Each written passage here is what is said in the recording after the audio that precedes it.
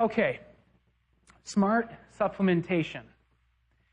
This is probably one of the most confusing topics for the average consumer because there's so much information out there on supplements.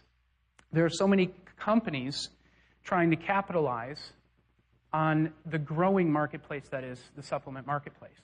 And what we're going to do today is we're going to make sure that when you're looking at supplements, first of all, why are you even looking at supplements? To really understand why supplements are even necessary for you or for anyone else. The different kinds that are out there. What supplements are actually meeting the gap that's in your food. And how to delineate the appropriately sourced supplements. Remember how important we've talked about food being sourced, how important that is. Supplements are no different. You're actually taking a more concentrated source of nutrients and putting it in your body. So if you have an improperly sourced supplement, you're actually putting concentrated toxicity into your body, and it can cause you a lot more problems than it is doing well for you. So we're going to go through all of that today. But what I want to hit on real quick is the concept 2,400 years ago where Hippocrates said, "Let food be your medicine and medicine be your food." Your first intention, your first resources should be going into your meal plan and in your consistency with your food, your whole food. Do not think for 1 second that a supplement is somehow going to make up for inadequacies in your meal plan. You have got to put your first intention and your first attention on your meal plan. Because even though it was said 2,400 years ago, and it was repeated multiple times over the centuries and decades between this and then, it's still true. Even though we've completely lost sight of this in America. Because how many times have you gone to your doctor's office with an ailment and actually had food as your medicine brought up as a treatment? We could probably count on one hand how many times that's actually happened. When it actually is one of the very first line things. Okay? So supplements, as they are very specifically purposed to fill the gap that may be there when you're eating a whole food diet and you're working on your lifestyle. Supplements are meant to fill a gap and deliver essential nutrients that our bodies need to operate at their highest capacity. Does that make sense? Okay, so you can live without supplements. You can probably be somewhat healthy without supplements. But, as we'll go through later on in the lesson, and as we've already talked about when it comes to food sourcing, where our food comes from and how it has changed over the past many decades, this gap has gotten bigger because of how we process our food, because of what we're doing with our food. This gap has gotten bigger, which means that 30, 40 years ago, supplementation wasn't as necessary as it is today. And you can see that just by looking around. People have way more preventable disease going on in their life, where essential nutrients could fix. They give your body the tools and resources that it needs, and your body heals itself. So we'll talk about filling this gap today and realize that a supplement, by definition, is there to supplement. It's filling a gap within your whole food nutrition plan. So let's take a look real quick at the actual legally defined what is a supplement. Okay, it's important you know this because you need to know what the regulations and what the what the guidelines are behind supplements and for supplement companies. So legally in the U.S., they're products containing vitamins, minerals, herbs, amino acids, and other dietary substances for use to supplement the diet by increasing total dietary intake. Sounds pretty simple. One thing that is good and bad at the same time, and I'll explain why, is that these things, as for right now, supplements, are excluded from regulation as either food additives or drugs. So the USDA doesn't have regulatory power over the supplement industry, and neither does the FDA. Now, you have other organizations that have come up, if you've heard of GMP, And GMP standards for supplement manufacturers, it guarantees you a certain level of quality and control. Very similar to kind of what pharmaceutical standards and controls look like, okay? But it's really important for you to know the reason it's a good thing that it's outside of regulation is because a lot of the regulatory stuff doesn't necessarily pay attention to preserving nutrients. So supplements could actually be damaged if they had to go through all the same regulatory processes as prescription drugs. But, on the other hand, it's also allowed a lot of very poor quality supplements to get on the marketplace with no regulation at all. So one of the things that you're going to be able to do after this class is you're going to be able to delineate what supplements I'm looking for, where they're coming from, how do I know a supplement was created correctly and is worth me taking for my health. Okay? So it's one of the things in our current society that's been turned more into an industry than it has a practice of health. In the past, most of the time, in the past centuries, people had kind of standard supplements that they would have in the home. They would have standard remedies that they would have in the home, most of them derived from whole foods. But now, as soon as the dollar signs got big enough, everyone is moving into this supplement industry. So it's one of those things that can get very, very confusing for you guys as consumers if you don't know what it is you're looking for. Because how many times during a week do you hear kind of a study came out here about this nutrient or this vitamin is super, super important. And then the next week, oh, here's another one. And the next week, here's another one. And pretty soon, and I know how many of you have this, pretty soon you've got a cabinet full of these random vitamins, and you're like, what am I doing? And you're not taking any of them now. You invested all this money. I know you're all laughing because so many of us have done it. So what we're going to do is eliminate the clutter in supplementation. We're going to get back to the basics. And the way that we're going to do that is not through a bunch of research that was funded by supplement companies. We're going to do that by looking at the physiology of the human body and asking what it needs. Looking at the science that has told us, what do we have to get in our diet for the body to function the way it needs to? That's the type of supplementation that we're going to look at. Okay? So the purpose of this lesson is to explore the fundamentals of choosing supplements that might be necessary for your body and why supplementation is necessary to consider in the first place. So let's take a look at just the general fundamental reasons. A special note, one thing that I want to make sure of, and we're going to hit this later on when I talk a little bit about gut health. Okay? When it comes to what you eat, when you've put something in your mouth and it enters your digestive tract, it still has not necessarily entered your body. Okay? If something is in your digestive tract, you cannot necessarily consider it as something that has been absorbed. And this is a big deal because gut health and digestive problems are one of the largest problems that we have in health today. When in the clinical practice setting, probably 1 out of 5 women had serious IBS issues or irritable bowel syndrome diagnosed.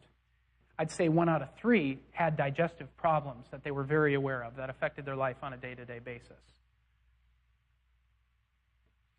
These digestive problems are symptoms of a system that is unable to digest its food properly. And it doesn't necessarily mean that the system is broken. It could mean that the food that the system has been trying to digest for years and years, whether it's processed food or whatever, has damaged the system itself. Okay? So keep it in mind that just because you put something in your mouth, just because you eat it, doesn't mean it entered your body. That point will be important later on. Okay, so let's look at the technical reason behind why would we want to look at essential supplementation. Malnutrition. The technical definition is the condition arising due to the lack of one or more of the nutrients that are required in the diet to maintain health. Does everyone remember what essential means? I'm going to say it a lot today. means you have to get it in your diet. Your body cannot synthesize these nutrients on its own. All right? So malnutrition is the lack of the essential nutrients in the diet, the ones that the body cannot synthesize. Okay? So it results obviously from a reduced intake of nutrients. Another thing, which is undernourishment, the inability to use absorbed nutrients, which is malabsorption, and the failure to meet a required increase in nutritional intake or nutrient loss. So the last part of that, if you think of required increase, meaning if you have a lot of stress in your body is in such a state that it needs more nutrients to stay healthy. Because when you're stressed out, your immunity goes down. And if you don't keep your nutrient intake up, if you've got a higher level of stress in a period of time in your life, you are going to succumb to illness. And it's going to be illness that was in your body in the first place. But now you're a susceptible host. Now you're weakened, okay? So there are times when you need to be boosting your nutrient intake based on what's going on in your life as well, in your lifestyle, okay? Alterations in the quality and potency of foods is one of the biggest reasons for malnutrition in the United States today and around the world. Is we are changing our food so much, not just in processing, but in the way that we grow it. We're trying to grow so much food so fast, and we're doing so artificially with artificial chemicals. I think the statistics now is that they actually are, I think the actual research was 65% of the food that is grown right now is specifically due to synthetic chemicals. Synthetic fertilizers are the only reason that 65% of the food volume is even around. So we're artificially growing up foods, and what does that do to the soil? It changes what's in the soil. And when you change what's in the soil, you're obviously changing what's going to be in the plants. Okay? So alterations in the quality and the potency of the foods. This is a very simple visual to kind of help you see what is happening to the vast majority of foods that are in our traditional grocery stores. You have a whole food wheat that starts out, and in this case, in America especially, that wheat is most likely genetically modified, even when it starts as a whole food. It then goes through food processing. You take out the healthy, whole food, organic compounds in that whole food, and then you pump in synthetic chemicals to keep it stable, to replace what you took out. And then here you've got your flour. You take a whole food, you take out what's good and what your body recognizes, you pump it full of stuff to keep it stable, and we enrich foods now. So we basically take the vitamins out, and then we have to add them back in. Because in flour, we pull the hull, we bromate the kernel, which means we take the bran off the kernel, which is the bran is where the vitamin B is. So we're stripping that off intentionally, and we're bleaching it, and then we're just pumping synthetic vitamins back in, elemental minerals, which we'll talk about later. So this is a very good visual to kind of give you an idea of how that works. Malnutrition is the chief cause of two primary symptom sets. Okay? It basically falls into two major things that happen in your health. Number one, nutritional disease. Okay? And nutritional disease are diseases in humans that are directly or indirectly caused by a lack of essential nutrients in the diet. Remember that word, essential. Nutrients that your body cannot make on its own, that it needs to be taking in through your diet. So malnutrition or nutritional disease is problems that are coming out of you not getting those essential nutrients in. All right? And they're commonly associated with chronic malnutrition. So people who are year after year after year not getting the essential nutrients they need. Okay? The second is chronic disease. And I think we all understand what's going on in chronic disease because the United States is the model of chronic disease in the world. We are producing chronic disease faster than any other country ever known to man. So chronic disease is that long-lasting or that reoccurrent disease process. And chronic describes the course of the disease or the rate of its onset and development, basically meaning it's sticking around. Okay? So malnutrition is the chief cause of chronic disease in our country. What did we start out saying in Lesson 1? Most disease is preventable and reversible through proper essential nutrients getting to your body. Malnutrition, the absence of these essential minerals or these essential nutrients, is what's causing the vast majority of the chronic disease that people have today. So we're actually getting into the stuff. This is what will solve most of the problems for people. Supplements are a big part of it. So it's presently known in America as overnutrition. So here, we have no problem with finding food. Remember the difference between nutrition and food? Food is something that you can put in your mouth and it doesn't kill you or poison you immediately. So we can call it food. We say it sustains life. Well, in America, we have overnutrition. We're not like Africa, where they literally don't have enough to eat. And they're developing diseases and nutritional deficiencies because they don't have enough to eat. No, we have all kinds of food to eat, but the food we're eating lacks the essential nutrients we need, that our bodies need to function properly. So we have already solved the vast majority of that problem in lessons 2 through 5, right? We've solved most of that. We are sourcing our food correctly now. We are making sure that we're eating food locally. We're eating it seasonally. We're making sure that our proteins and our dairy products are all being grown the right way, and we're going to boost our nutrient intake because of that. But even so, we still need to look at the potential gaps and where those gaps might be. If you want to maximize your health, we need to look at where those gaps are, even if we are eating a whole food-based diet. Okay? So here's why you need to consider supplements. Here's a list of the various factors that reduce, damage, and eliminate and or alter the essential nutrients and enzymes in our food. This is what we're doing to food to change its nutrient content. Okay? Chemicals in air from pesticides, herbicides, and fungicides, from lawn chemicals and farm chemicals. So the first point specifically talks about the various different chemicals and things that are going to be in and around our homes. They're going to be in and around our foods. Even if we are properly sourcing our foods, there is still going to be some foods that are not perfectly organic. We all eat foods that aren't completely organic. So the first point here, we have to realize that there's incidental contact with chemicals in our environment. We're not going to be able to get rid of all of them. Okay?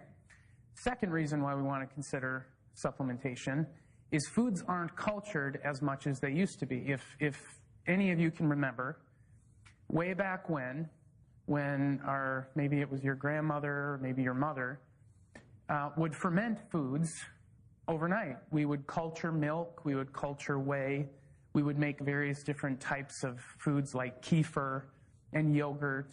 And these are foods that actually have begun the digestive process on themselves, and they're easier to digest, and they actually have higher levels of nutrition and enzymes.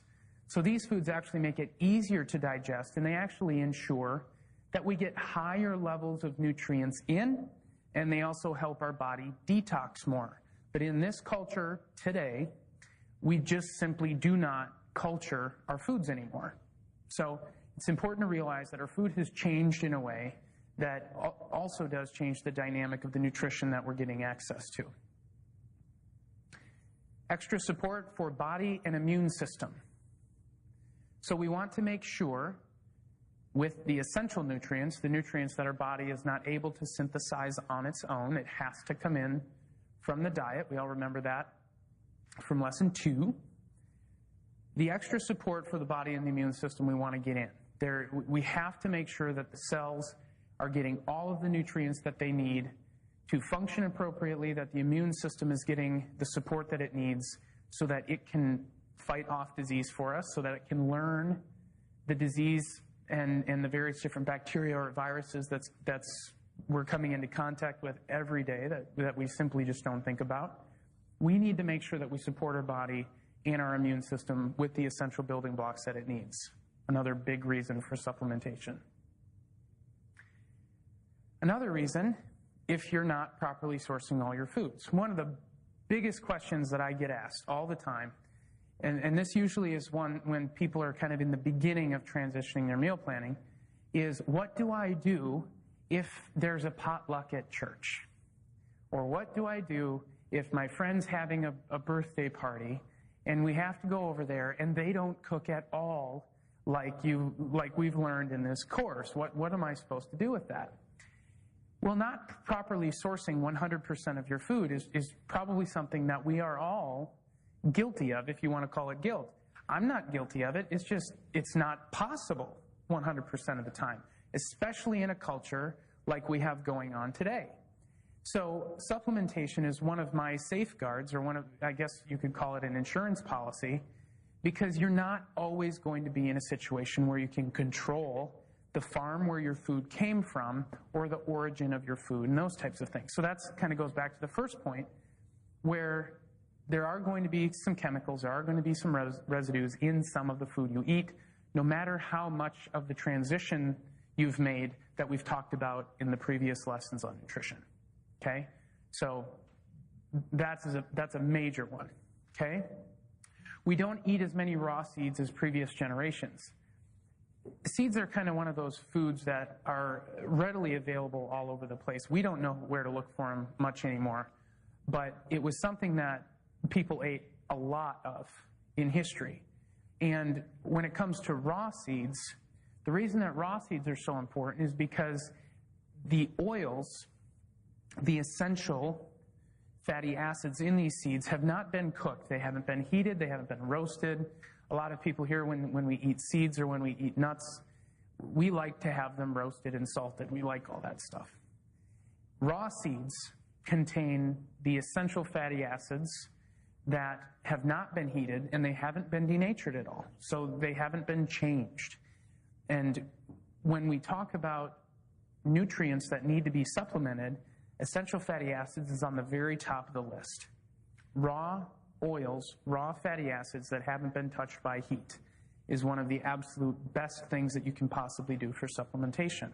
Being that we're not eating as many raw seeds anymore, a supplement is appropriate in this situation, and this is the recommendation that we hear on omega-3s and omega-6s. Our breads are not from fresh ground wheat as they used to be, and nutrition from wheat is severely diminished after 72 hours. So one of the things that wheat used to be really good for is, when you think about it, wheat is a grass, and it pulls a lot of the nutrients out of the soil, and when it's doing that, it's delivering nutrients to you. And for generations and centuries, bread was made off of freshly picked and dried wheat.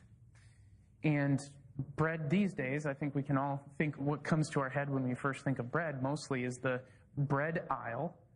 And we all know that that bread has not been sitting there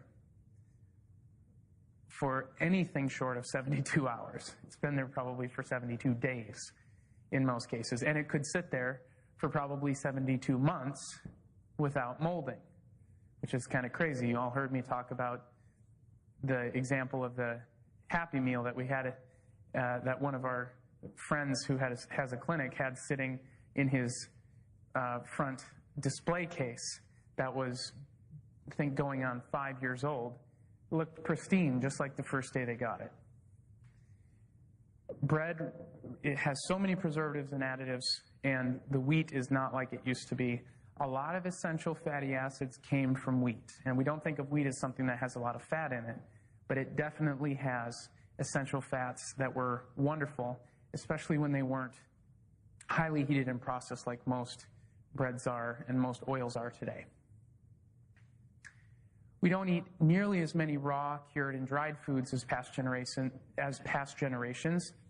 And we all know that when you heat food, in most cases, especially when we're talking about proteins and especially when we're talking about fats, it really reduces nutrition. Vegetables are a little bit different because vegetables have very, very strong cell walls, and a lot of times heat and cooking can actually break open those cell walls and give us more nutrition that our body would not have been able to get to in the first place. But we need to consider that curing and the types of things as far as how we used to process meat and things like that, these types of processes helped to pre-digest food and made the nutrients more digestible, made them easier for us to actually get into our system and do good for us. And these definitely are not practices that we use anymore in this society. We want to go fast with food. We want to get it fast. We want food that doesn't spoil. So we kind of kill it so that it can sit in the supermarket for months and months and months. And the bottom line is that absolutely has changed food altogether.